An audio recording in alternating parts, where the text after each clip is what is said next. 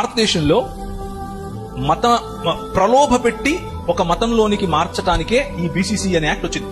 మళ్ళీ చెప్పనా, ప్రలోభ పెట్టి ఒక మతంలోని ఉంచటానికి ఈ రాజ్యాంగంలో ఉన్నటువంటి ఈ సవరణ జరిగింది. అంటే హిందువుగా నువ్వు ఉంటేనే నీకు ఎస్సీ ఎస్టీ రిజర్వేషన్ ఉంటుంది అని చెప్పేటటువంటి ఈ ఆలోచన ఒక ముగ్గు. ఆ ముగ్గులో బడుగు బలహీన వర్గాలకు చెందిన వారు క్రైస్తవులవ్వకుండా బలవంతంగా ప్రలోభ పెట్టి గవర్నమెంటే వాళ్లను ఒక మతంలో ఉంచుతోంది. మళ్ళీ లేదు, ఓసీలు మార్చట్లేదు బీసీసీలో. నేను రిజర్వేషన్స్ గురించి మాత్రమే మాట్లాడుతున్నాను.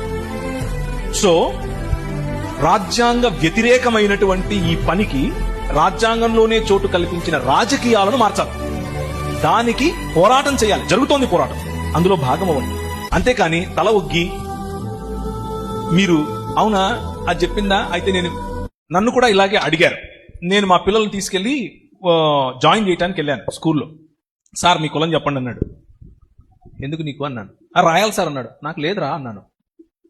అటెండ్ సార్ మీరు చెప్పాలి సార్, మీరు ఒప్పుకో. నాకు లేదండి, మీకేంటి ప్రాబ్లము? లేదు సార్ పిల్లలకు చాలా ప్రాబ్లం అవుతుంది సార్ రేపు అన్నాడు. నా పిల్లలకు కదా ప్రాబ్లం, నీకేంటి ప్రాబ్లం? నేను చెప్తున్నాను నాకు కులం లేదని, నువ్వు జనరల్ అని రాయి అక్కడ అన్నాను.